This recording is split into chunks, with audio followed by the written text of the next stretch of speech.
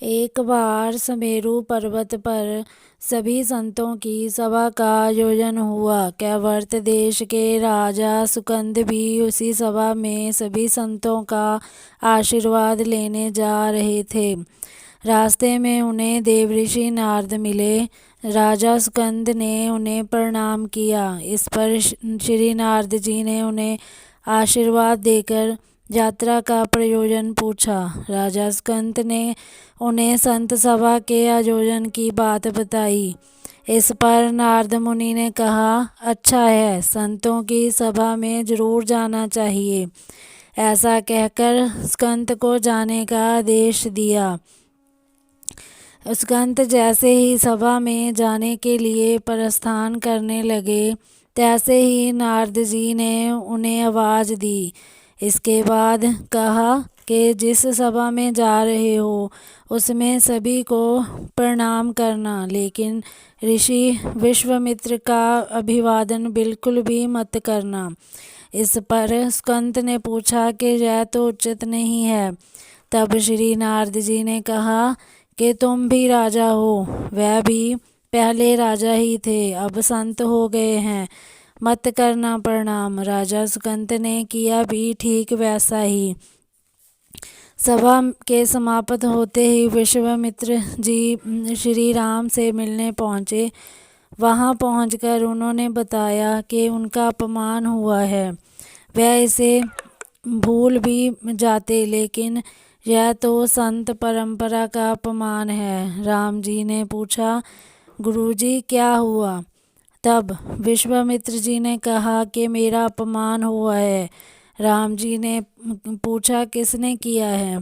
तब विश्वामित्र जी ने पूछा कि जानकर करोगे भी क्या? इस पर श्री राम जी ने कहा कि गुरुजी, आपके चरणों की सौगंध लेकर प्रतिज्ञा करता हूँ, जो सिर आपके चरणों में नहीं झुका है उसे काट दिया जाएगा। कल सुबह मैं उसका वध करूँगा।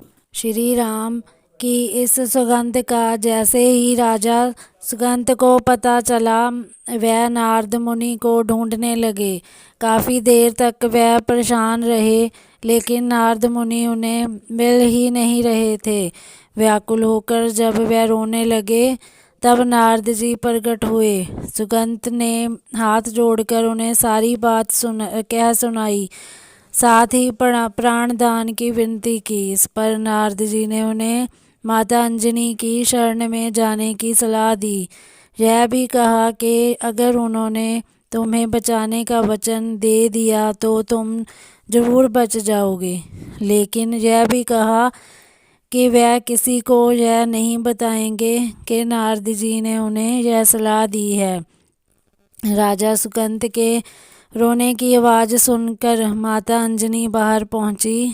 तब उन्होंने कहा कि माता मुझे बचा लें, अन्यथा विश्वामित्र जी मुझे मार डालेंगे। इस पर माता अंजनी ने स्कंद को उसके प्राण बचाने का वचन दिया। उन्होंने कहा कि तुम शरण में हो, तुम्हें कोई नहीं मार सकता। इसके बाद राजा स्कंद को विश्राम करने के लिए कहा गया। शाम ढले जब हनुमान जी माता अंजनी के पास पहुँचे तो उन्होंने सारी बात बताई, लेकिन स्कंद को बुलाने से पहले पवनसुत से सौगंध लेने को कहा। तब श्री हनुमान जी ने कहा कि वह श्री राम के चरणों की सौगंध लेते हैं कि वह सुकंद के प्राणों की रक्षा करेंगे। तब माता अंजनी ने राजा को बुलाया। हनुमान जी ने पूछा, कौन तुम्हें मारना चाहता है? तब सुकंद ने बताया कि श्री राम उन्हें मार डालेंगे। इतना सुनते ही माता अंजनी हैरान रह गई। उन्होंने कहा कि तुमने तो विश्वामित्र जी का नाम लिया था। तब राजा ने कहा कि नहीं, वह तो मरवा डालना चाहते हैं, लेकिन मारेंगे तो राम ही। हनुमान जी ने राजा सुकंद को उनकी राजधानी में छोड़ा और श्री राम के दरबार में पहुँचे। वहाँ पहुँचकर उन्होंने राम जी से पूछा कि वह कहाँ जा रहे हैं। तब मर्यादा पुरुषोत्तम ने बताया कि वह राजा स्कंद का वध करने जा रहे हैं। तब हनुमान जी ने कहा, प्रभु उसे मत मारिए। राम जी ने कहा कि वह तो अपने गुरु की सौगंध ले चुके हैं, अब पीछे नहीं हट सकते। हनुमान जी ने कहा, प्रभु मैंने उसके प्राणों की रक्षा के लिए अपने इष्ट देव यानी कि आपकी सौगंध ली है। तब राम जी कहते हैं कि ठीक है, तुम अपना वचन निभाओ, मैं तो उसे मारूंगा। हनुमान जी राजा सुकंद को लेकर पर्वत पर पहुँचे और राम नाम का कीर्तन करने लगे। उधर राम जी राजा सुकंद को मारने के लिए उनकी राजधानी पहुँचे, लेकिन वह नहीं मिले तो वह उन्हें ढूंढते हुए पर्वत पर पहुँचे। वहाँ हनुमान राम मंत्र का जाप कर रहे थे। राम जी को देखते ही सुकंद डर गए। उन्होंने कहा कि अब तो राम जी उसे मार ही डालेंगे।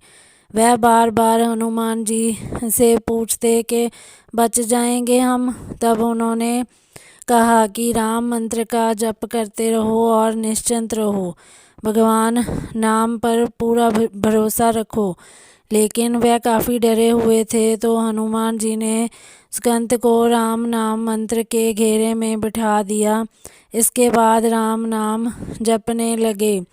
राम जी ने राजा सुकंद को देखकर जब बाण चलाना शुरू किया तो वह राम नाम के मंत्र के आगे विफल हो जाते।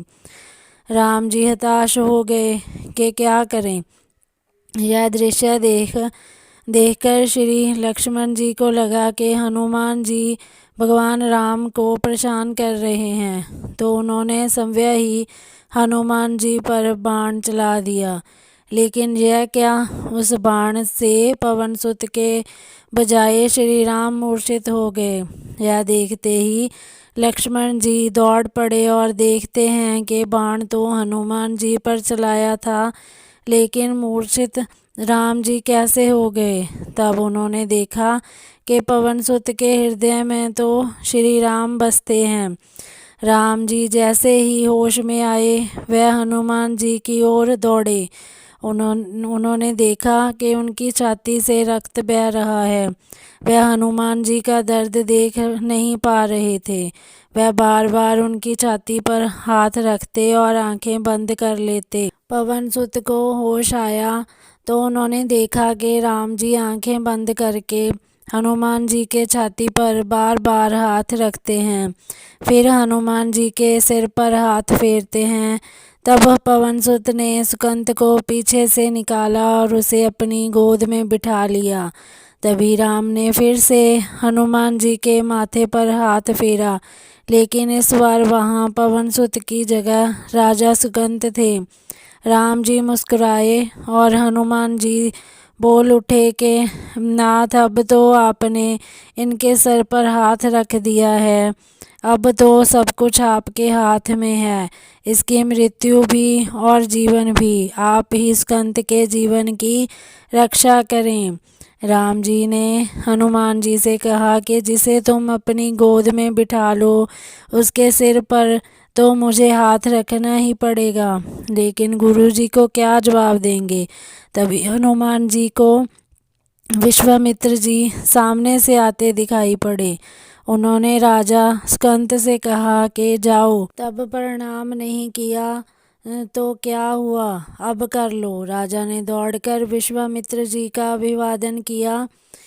वह भी प्रसन्न हो गए और बोले, राम इसे क्षमा कर दो। मैंने इसे क्षमा कर दिया, क्योंकि संत का काम मिटाना नहीं बल्कि सुधारना होता है। यह भी सुधर गया है। उन्होंने सुकंद से पूछा कि संत का सम्मान ना करने की सलाह तुम्हें किस कुसंग से मिली। राजा सुकंद विश्वामित्र जी से कुछ कहते कि इससे पहले नारद मुनि प्रकट हो गए। उन्होंने सारी घटना कह सुनाई।